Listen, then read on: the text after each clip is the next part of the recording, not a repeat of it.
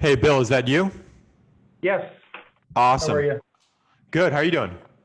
Good. I have Lisa Owens and Caitlin Sacco with me, in case they need to answer any questions regarding rules or anything.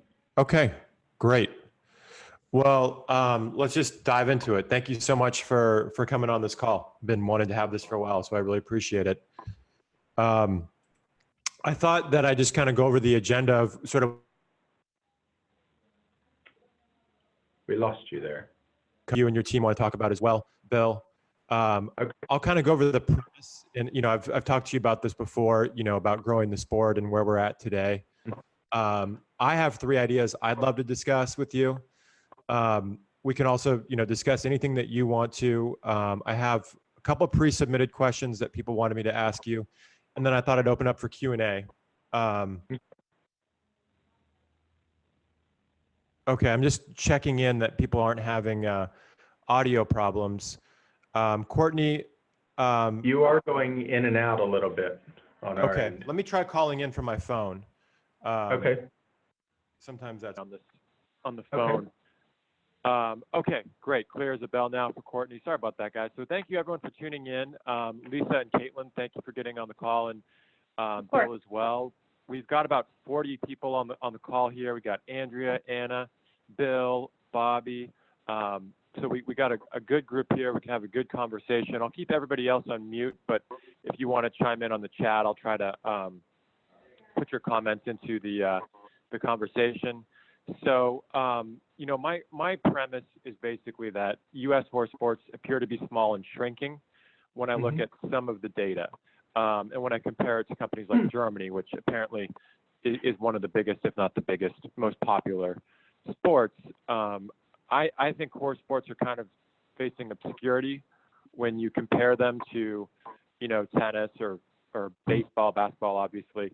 And I don't think it has to be that way. I think it could really be a booming sport. I think there's a huge opportunity. When you look at stats, like in February, the one that I looked at was the 66,000 U.S. competing members, the 57,000 fan members at that time. And with the German Federation having approximately 700,000 members, they've got, approximately 25% of the U.S. population. So that means they're at, over 20 times, 20x the participation per capita or per person. So I think there's an opportunity to double, triple. I think there's an opportunity to kind of 10x the sport, really. So I see, not just the USEF, but I see the whole country as a whole operating a little bit like a high-end boutique, catering to a small group of people and charging a lot. And I think the opportunity is to convert to more of a volume business like Germany, to have something more like right now, if easy numbers to look at is the U.S. Federation doing approximately 30 million in gross revenue on 66,000 competing members. I'm saying, what would it look like if we did, $100 million off of a million members type of horse sports economy. So that's a little bit the premise that I'm coming from, and then I'll kind of go over three key ideas I'd love to talk about. But let me just pause there and just see your kind of reaction to that, Bill, and anything if you want to add. Well, I think, Brian, you sort of said one of the key things at the very beginning of that concept, and that is, it's judgments are made typically by looking at data, and it is difficult to really get sufficient data in a very diverse environment and geographically large environment. So, we have a lot of people say, well, the sport of equestrian is shrinking, the sport is shrinking. Well, it could be shrinking in some areas and expanding in others. And the difficult part is being able to really gather true data of how many people really participate in the disciplines and breeds that are, let's say, associated with U.S. equestrian, forgetting about all that aren't, racing included. Is the sport really getting smaller, or is the sport developing in different ways? And then based on that, where do we want the sport to develop? Is there a feeling from people that the federation should be everything to everybody, or is there a concept of, let's just take a three-tier approach of, you have a unrecognized, what people sometimes refer to as local competition economy, where a lot of people participate, closer to home, et cetera, et cetera. Then you have a sort of next step where maybe you have programs that are coming through recognized affiliates of the federation and then connecting to the federation. And then you have programs and competitions coming through the federation.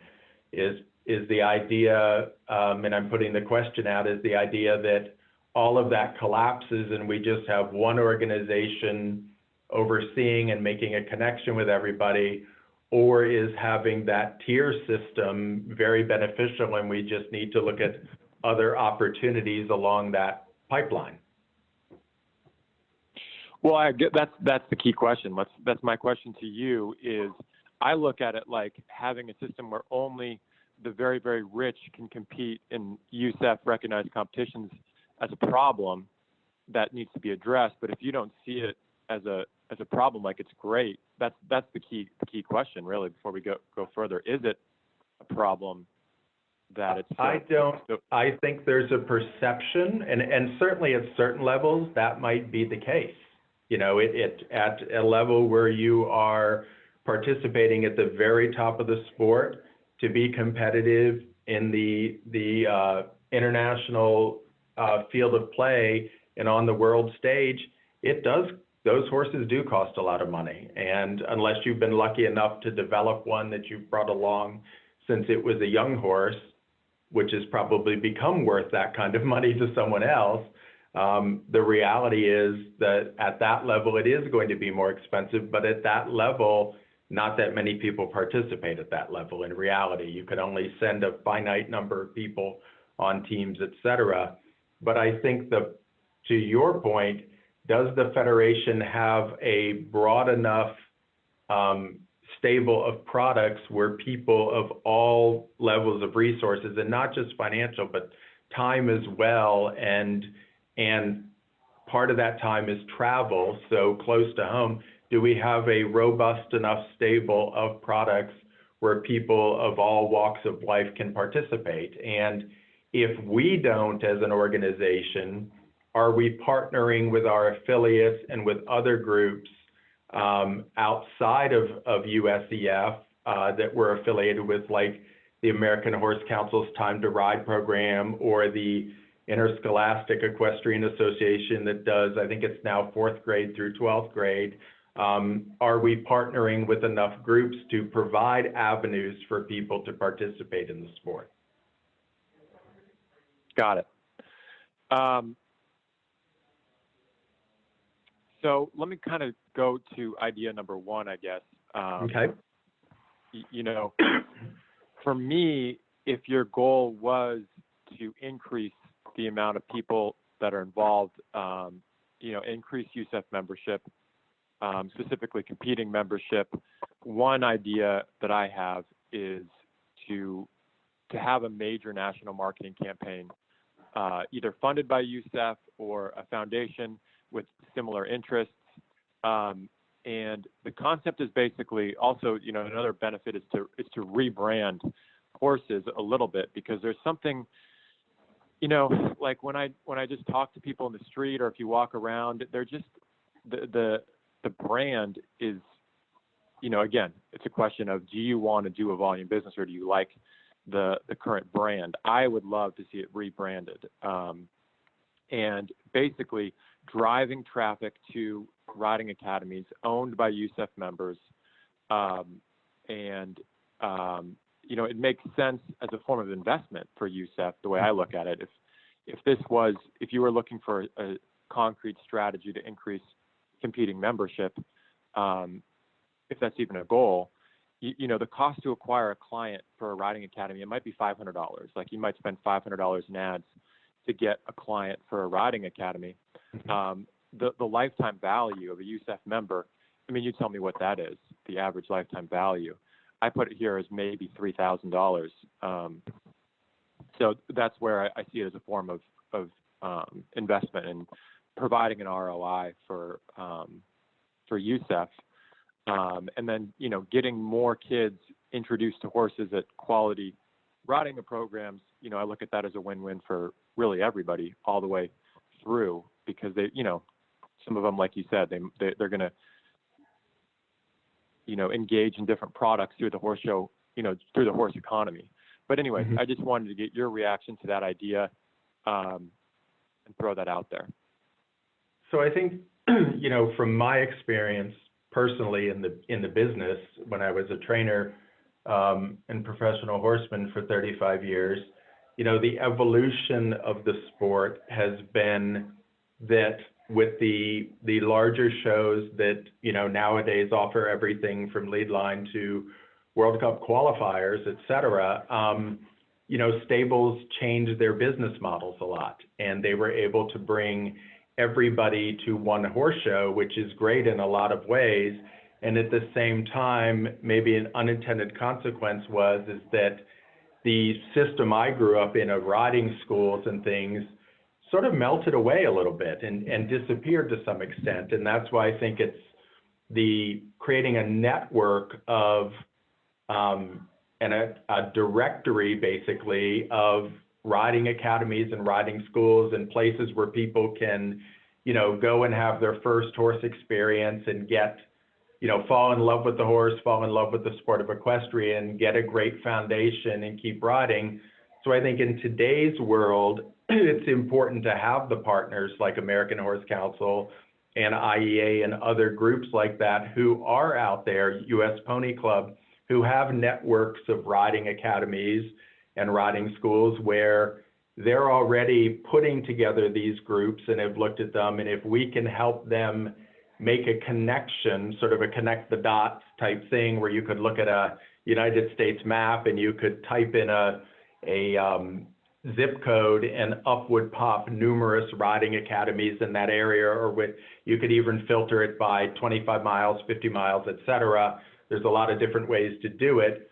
That's a place where we could look to bringing together that concept and having those groups that we are already involved with, helping to populate that map and that directory of those academies. And then, you know, it's when you talk about the word of, you know, you use the word quality riding academies, then it's establishing what is the level, what is the requirement for an academy to be part of any of those programs, and is their quality control sufficient enough that we're comfortable, you know, being associated with that?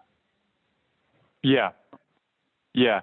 Well, I would look at it like, it sounds like as two components to it. One is actually having the network where you could go to and be directed to the riding academy. But then the second part is driving traffic to that page, right? Like, let's say there was a page that would have all the resources. So it sounds like you're open to creating that landing page, basically. But would you be open to helping people find somebody? Because, you know, there's a lot of landing pages out there that nobody sees. So the real, the real and that's like, really would you spend money? Yeah, would you spend money to drive people to that page? Yeah, we would. We already spend money to try to drive people to equestrian sport as a whole, because first you've got to get them interested in the sport of equestrian and pique their curiosity to get them to go have that first experience wherever it turns out to be. You know, we have 29 breeds and disciplines that are part of USEF. And, you know, initially I think there was a feeling that, you know, USEF's job was to drive people to a particular breed or discipline. And I think our job is to drive people to the sport of equestrian to start with, get them involved in equestrian and show them the different breeds and disciplines that are part of the USEF family. And ultimately people start to drift towards one or the other or multiple. We have people that do compete in multiple different disciplines and breeds with their horses, because that's what brings them the enjoyment of the sport. So yes, we would invest in a campaign to help drive people to that, and we would also then partner with our affiliates and have them help drive that as well, and further down to the partners who have these networks, and through them even to the riding schools, so that it's not just one group being responsible for driving everything. I think that's a little bit of the problem in our sport, is people say, well, this group should be responsible for doing it, or this group, or they're going to do it, or it's a community that has to do it. At the end of the day, if you want to really spread the word, the whole community has to be committed and behind the effort to make that happen. So I see it as we might be taking a lead at a certain level, and then the next level down, affiliates have a somewhat different and perhaps broader footprint at a different level than USEF does, and going down through the partner organizations, et cetera, so that at every level we are pushing the sport of equestrian. I just think of all the programs I've seen and of all the complaints I've heard from people that they're not getting enough benefit from the affiliates, from USEF for their dollars. If I was a horse trainer and a client showed up that heard about my program basically because I was in the USEF network and you spent money marketing and driving traffic to that page, then I'm like, wow, that's a 180 in terms of me being like, that's a huge benefit. And then it's a win-win for everybody. So it sounds like you're open to the idea, and I appreciate that. Absolutely, but I want to comment on one thing. That's your wow moment, which could be very different from 20 other person's wow moments. So, in this scheme of getting value for your money back, right? We all like value for anything we pay for, whether it's dinner, getting our car serviced, or getting our horse shod, or joining a club. The reality at the end of the day is there's a diversity of wow moments, and we do a lot of work on trying to communicate with members. And when, like to your point, when you say, well, I hear a lot of people who say they don't get bang for the buck, it's really important that they articulate what bang for the buck they're looking for, and that they communicate that on to us. Yeah, but I promise you that if you help USEF horse trainers get clients, that's going to be a pretty universal wow moment. Like, well, I guess I can't. I mean, that's my prediction. The logical assumption is it would be, right? Yeah. I guess so. Okay, cool. Well, I agree with what you're saying, and I know that I'm unique. So sometimes when people tailor things for me, it's not a good idea. I get that, because maybe I'm unique.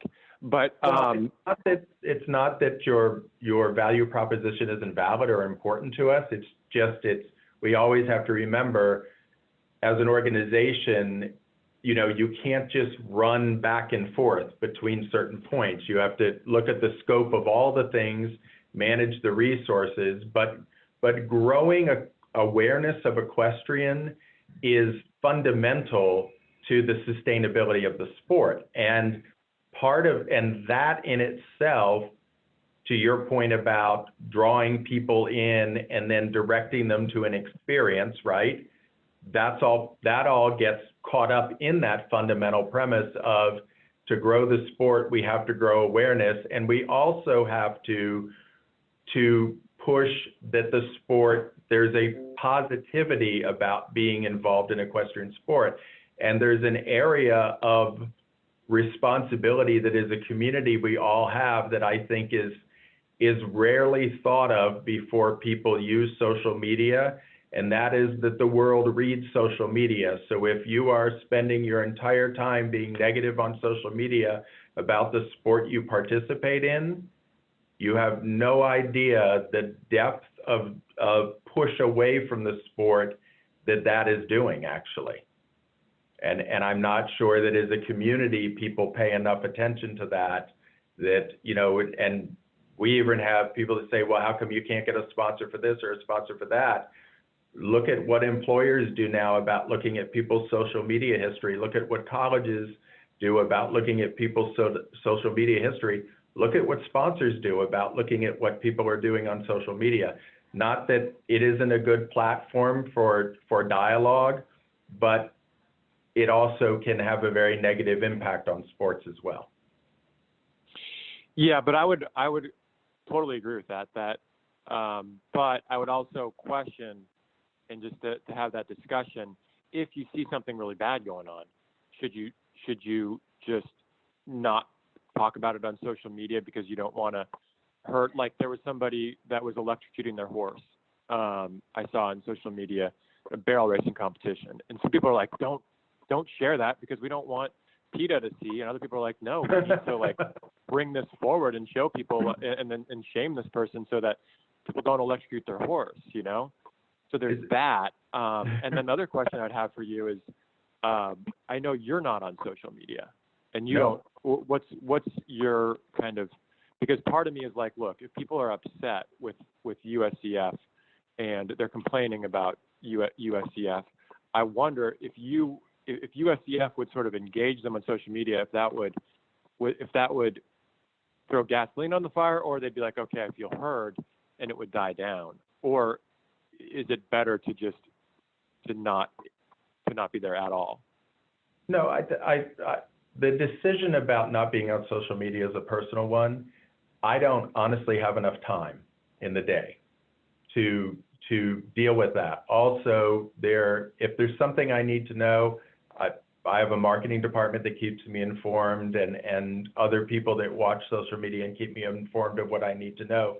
But for me to take time away from what I'm doing on a daily basis to get even on social media, I don't even do it personally. And I think it's, personally from my opinion of it is, I think it has some great advantages, and I think it has a lot of disadvantages. And when you go back to your reference about somebody electrocuting a horse, they need to call the authorities. If people think that the police force and is monitoring social media and is just going to go out then and do something about it, my question is, what do you really want done about that? If I doubt that law enforcement is spending all their time watching that to see if somebody is hurting a horse. If you really think somebody's doing something wrong, contact the governing organizations and contact the authorities. That's what you need to be doing. Yeah, first I agree. Foremost. And then if you want to go to social media and blast about it, go. But if that horse is in peril, do something about it that's really going to change it and fix it. Call the authorities. I agree with that. And report it. I agree with that.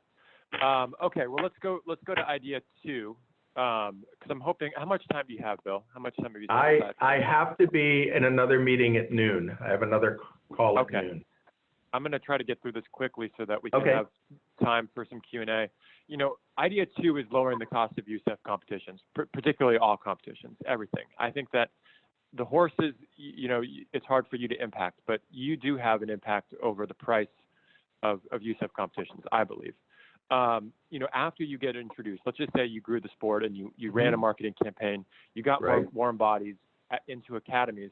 Once they start showing and once they get to these AA shows, it's like the jump is so steep from what they're used to, the unrecognized, the play days and stuff, and then boom, they go to this USEF AA show, and it's so expensive. So the 3 different ways that I want to talk about possibly lowering that is the first one, leveling the point system, how that might help, mainly the principle of it, I think, but also the actual implementation. 2, the mileage exemption rule, and then 3, the practice of paying other horse show managers for permission to have a show, which inflates the price.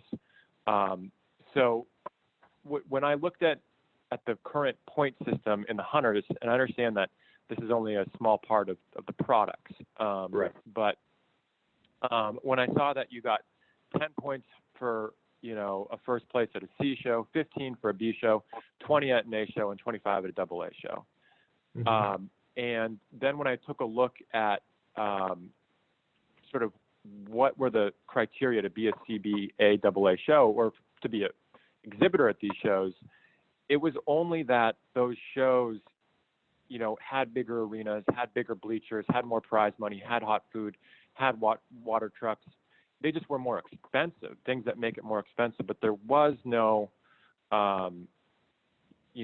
criteria for the competitor. It didn't, and after spending a year and a half in Germany, the premise that the good riders are always at the expensive horse show facilities.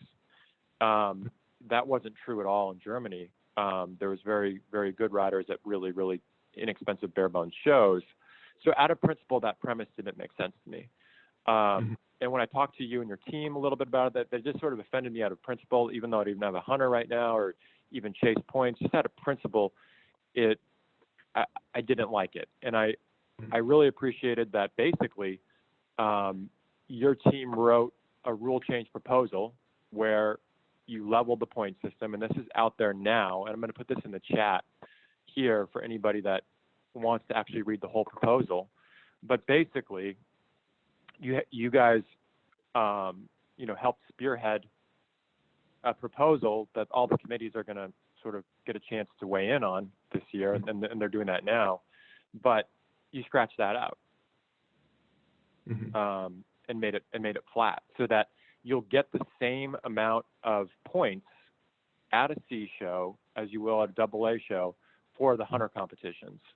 So I just want to say, like, for me, if I'm understanding this correctly, what happened, I really appreciated it that you guys took action on that. Out of principle, I kind of think it's a game changer because it makes the B and C shows more attractive if you get the same amount of points.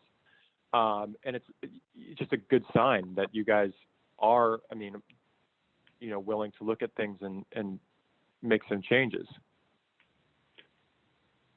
Yeah, I think, we are always open to discussion about things and debate about things. And sometimes, with our competition task force proposing something, I believe this proposed rule change will drive a lot of conversation, but it will, if managed properly and guided properly, the conversation will be bigger than just points. It will be what pieces of the puzzle are missing. Right now, I think that to some degree we don't see as many B and C and, when I was a little kid, D-rated horse shows in the environment because there is not a sufficient value proposition at the end of the day for people that for whatever reasons would choose to compete at that level of horse show and used to choose to compete at that level of horse show when it existed. I mean, if you go back 25, 30 years in the environment, there were a lot more of those horse shows that existed back then. And as the sport changed and the business models changed and the competition models changed, I think the value propositions in some areas for those shows disappeared. And so people that were attending those shows sought a different value proposition. And when they looked at the products available within USEF, they said, well, I don't really see one for me right now. But actually this horse show facility close to home that's unrecognized is offering a series of 10 horse shows and year-end awards, et cetera. And I can go one day a month on a weekend, and I can plan to spend time with my family or do my other sports that I like to do, et cetera. And it fit their lifestyle better. So I think it's going to drive conversation about, is there a lack of enough product within the USEF family to have something that is valuable to those exhibitors and might bring some back. Yeah. The other thing is, I think it will also drive the conversation of what is important at the different levels of horse shows. When we talk about standards, we hear a lot of conversation about, we want better footing, we want, clean bathrooms, we want better wash stalls, we want, schooling supervisors, we want this, we want that. Well, all of that adds money, right? And so what is the right balance? And if there's a product that has a value proposition at many different levels, will that is that critical? And I think it is when I just go off the top of my head here about it. I think that is critical to solving the dilemma about cost a little bit, that, okay, you know what, if I want to show at this Regional 1B level, here's what I can expect of the horse show and that the organizer is going to supply for this price point, but also I'm paying less than I would pay at a national or premier level competition, but also at those competitions, I might have better footing than I have at the Regional 1 competition, but that's what I'm paying for. I'm willing to pay for that up there. You know, I think this is going to trigger a great amount of very useful conversation for the sport. Yeah. But I mean, really yeah, happy with the cycle this year that we've changed the rule change cycle so that our board doesn't vote on this in January. They vote on it at the mid-year meeting in June/July of 2020. And it's going to give every affiliate time to look at these rules and all sorts of organizations and members time to make comments about them. Yeah. Well, I mean, I'm just saying, like, attaching elite competition to the footing, does that, like, I appreciate that it looks like we're going to crack it into, I think it should be correlated to the level of rider, which there aren't really controls for right now. So what I mean by that is, right now, if you say, listen, I only go to premier shows, you know, or international premier shows or AA shows. And so if I was an outsider and I heard you say that, I would say, wow, you must be an amazing rider. But really, in today's environment, what that means is that your dad can afford for you to go, you know, go to this. Doesn't mean anything about your riding level. So I think that's the conversation that it's going to open up, and why I thought it was a great sign for you guys to be willing to look at that. But so I really appreciate that. You know, moving on to the second thing is the mileage rule. And this is where I have a petition with like 4,000 people that signed it to eliminate the mileage rule. And this is where I started when I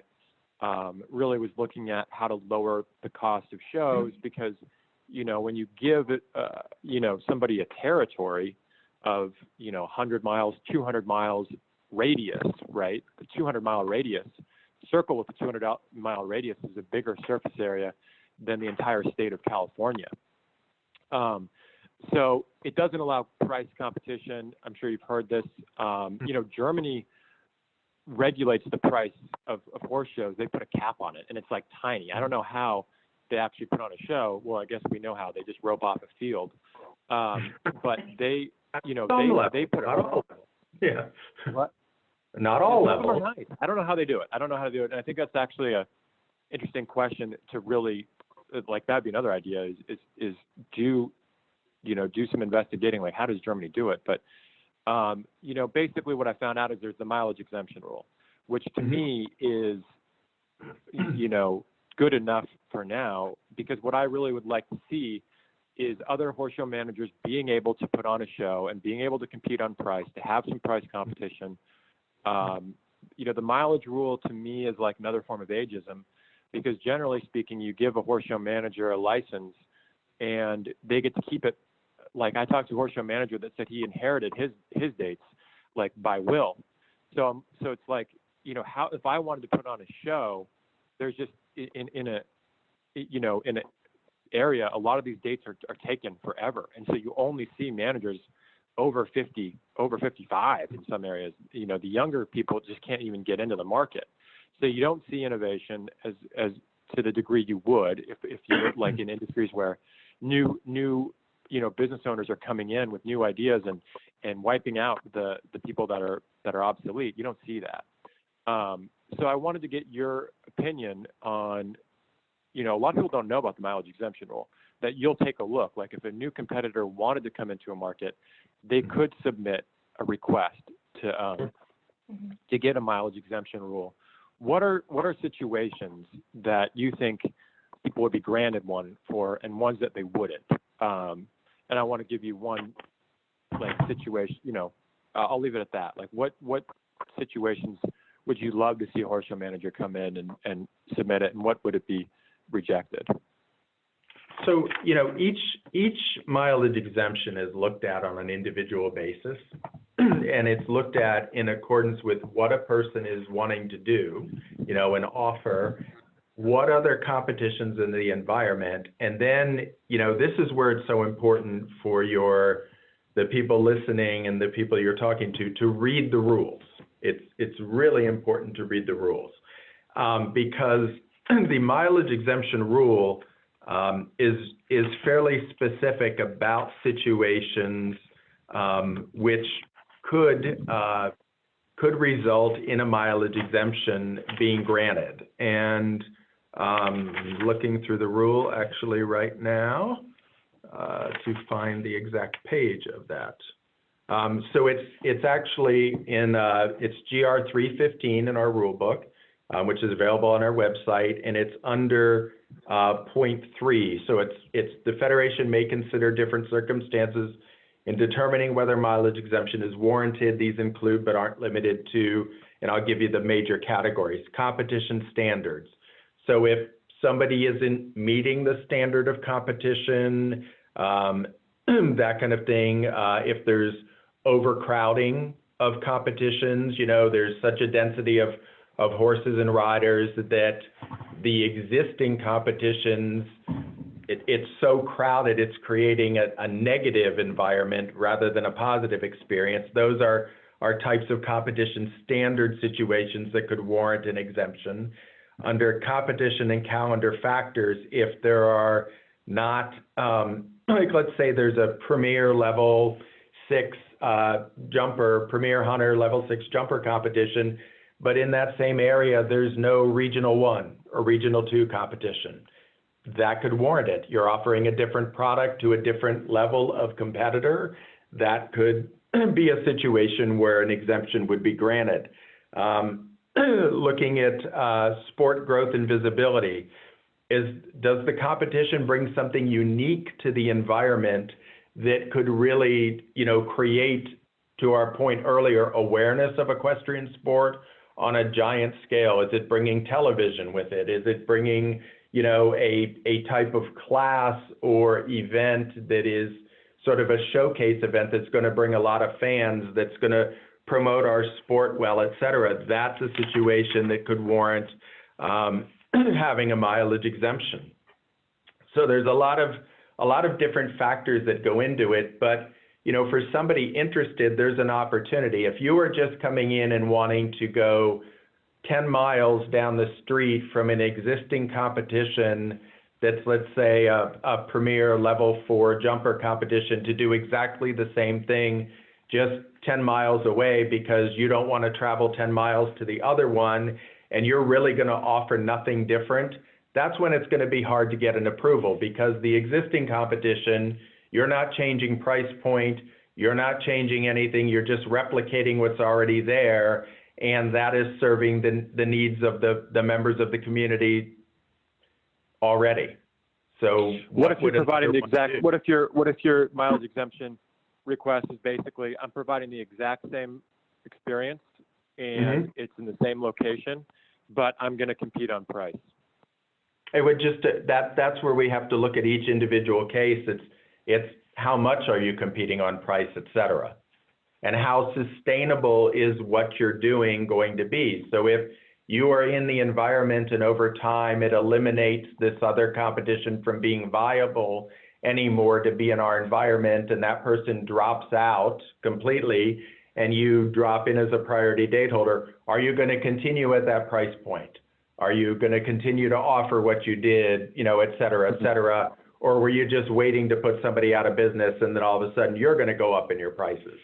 So there's a lot of factors. But I mean, those are all questions that you can't really answer. No one really even knows what they're going to do. I mean, no, we have to kind of look in the crystal ball and also look at people's intentions and what they're going to do. And that's a lot of making your case for consideration of a mileage exemption, is giving us an idea of what the end game is.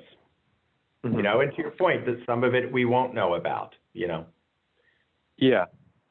Well, I'd love to see people try. I'd love to see riding clubs apply for like AA or whatever the highest level of competition is, to get exemptions to put on nonprofit high-level shows with volunteers. I mean, that's the least expensive you can make it. I'm not saying, people are saying, it's never going to be cheap, but at least you could put it on at cost, plus a little bit. I'd love to see people doing that. Some people may want to do that, in reality. Haven't seen anyone really even try. No, I think we do have some, charity-related horse shows, but their goal is to make money so they have something to give to the charity at the end of the day. Yeah, that doesn't make sense to me. Like the charity is just putting on the nonprofit aspect of it is just to put on a affordable horse show versus, the people are like, well, it's actually more expensive than a normal horse show, but we give the profits to a charity. And I talk to those nonprofits and they're like, oh yeah, we've given away like $500,000. So I'm like, okay, well, I think there's an opportunity just to lower the price if you've given away $500,000, But, sure. Let me just pause here. There's an opportunity for that in every business for people to do that. Yep. Yeah. Well, I really appreciate you weighing in on this. Since there's only 15 minutes left, let's take some, I've said a lot of things. I mean, I could go on forever with my ideas, but, what questions here? We've got about 50 people on here. Does anybody here have a question? If we open it up to open Q&A right now. We have Leah, says unrecognized shows often give instant gratification. They can do their own year-end awards in their own area versus needing to travel to a national show for year-end. It's a factor that seems to help the local open series shows. I'd like to hear about the cost USEF charges to recognize a show. So it depends on the level of show. We have a program called USEF Lite that we created a couple of years ago and partnering with our affiliates to bring shows that wanted to be part of USEF but weren't quite ready to make the leap up to a full USEF level, and that is $50 per year for the licensing fee for those competitions.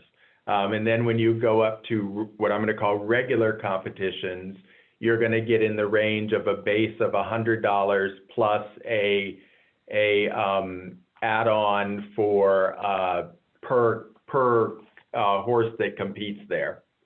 It's $1.50, I believe it is, per horse that competes there.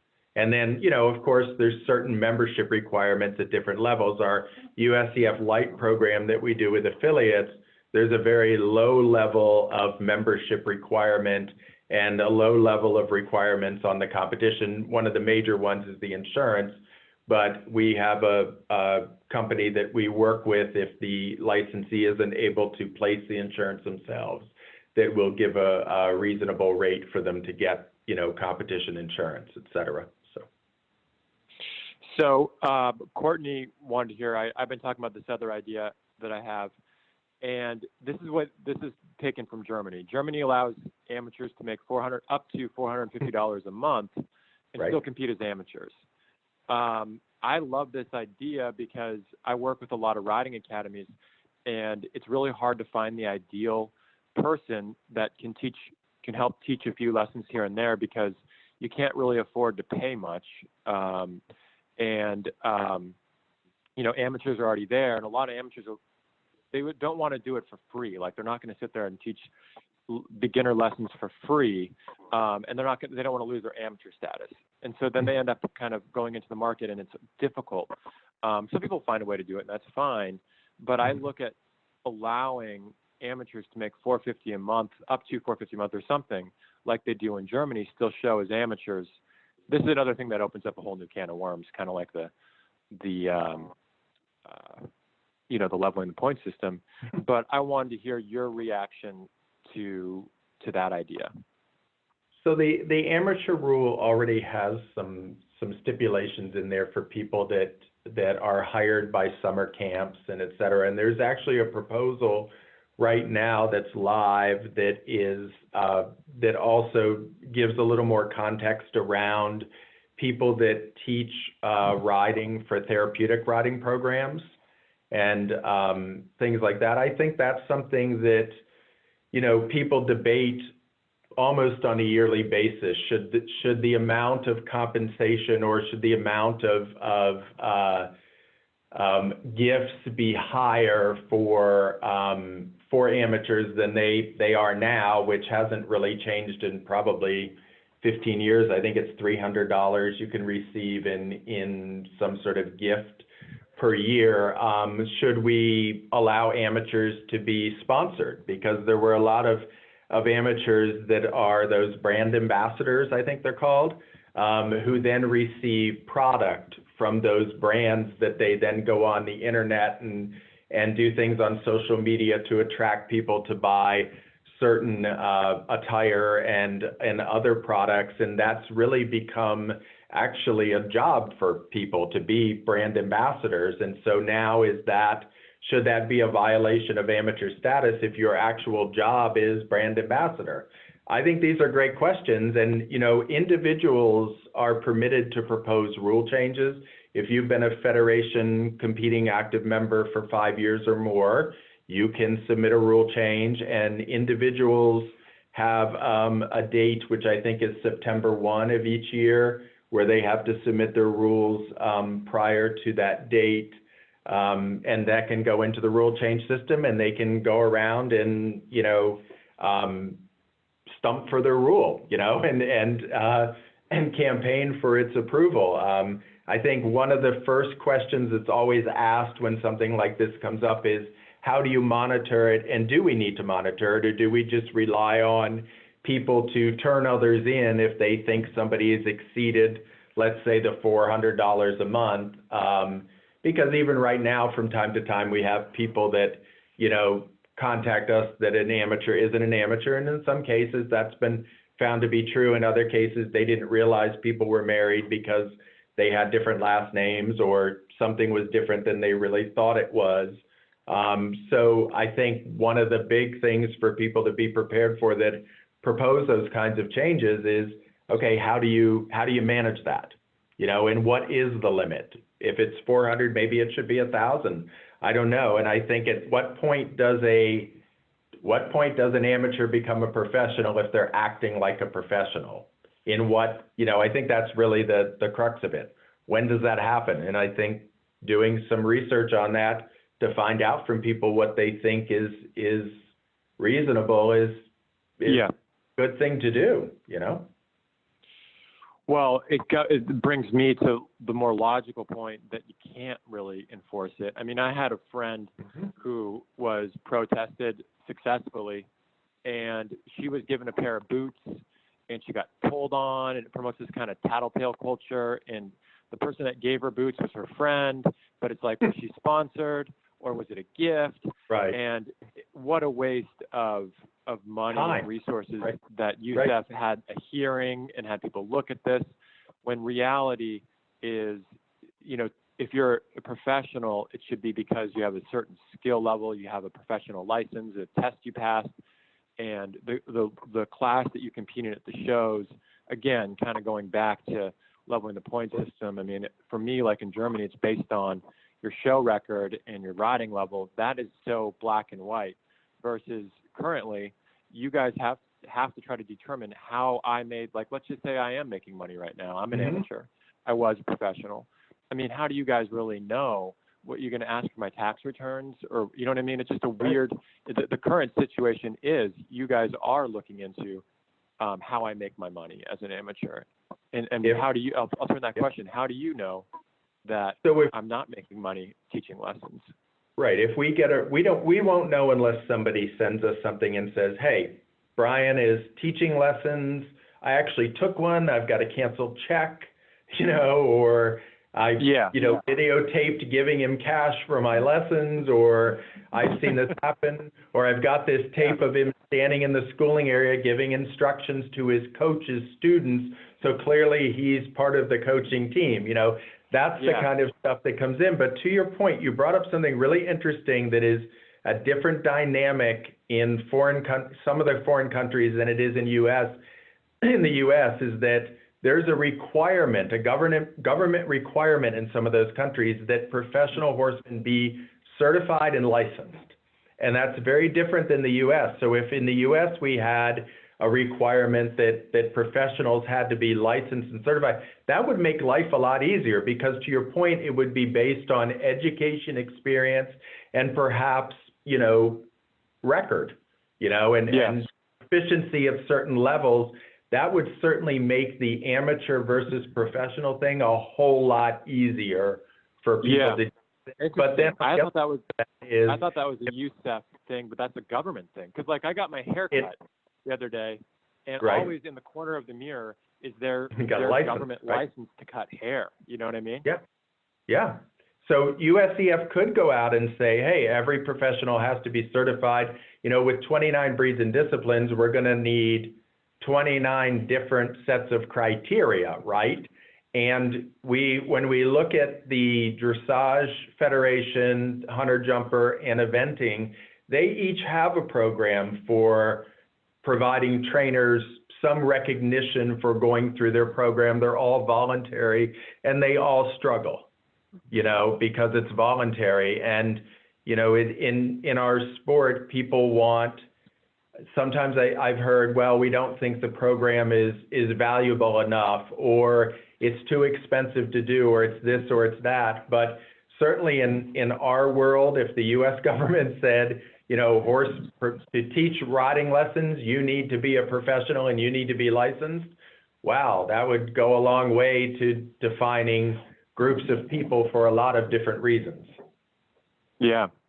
Well, any other questions, guys, here before we let Bill go? We might have time for one more question. It's 11:56. Yep. And we got to give him a minute probably to get to his next meeting, 11:57. Any other questions here, guys?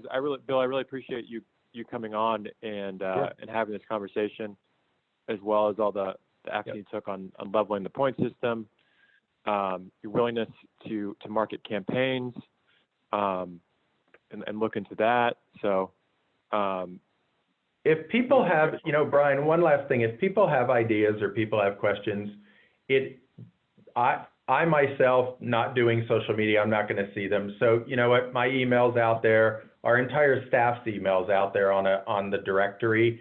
If it's a competition question, go to Lisa Owens or Caitlin Sacco and, look on the directory under competitions, email somebody and say, hey, I've got a question. We try to help people out as much as we can and get back to people as quickly as we can about things. But to me, it's so much easier and it's so much better, and we create a better community if people try to get educated before just putting something out there on social media or something when they maybe don't have all the facts. Reading the rule book's a really, really good thing to do.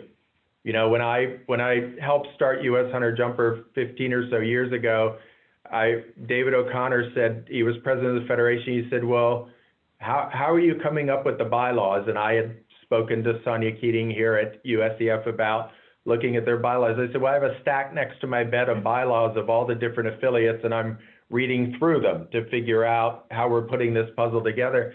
And he said, oh my God, you're I can't believe you do that. Well, if you read it before you go to bed, it's supposed to stick with you. But I think there's so much education out there that's available, and people just need to take advantage of what's out there rather than just going off of what they last read on social media or something they saw on a forum or whatever. Go get yourself informed. It's there. And if you don't find it, call us and we'll help you find it. Yeah. I mean, that's been my experience too.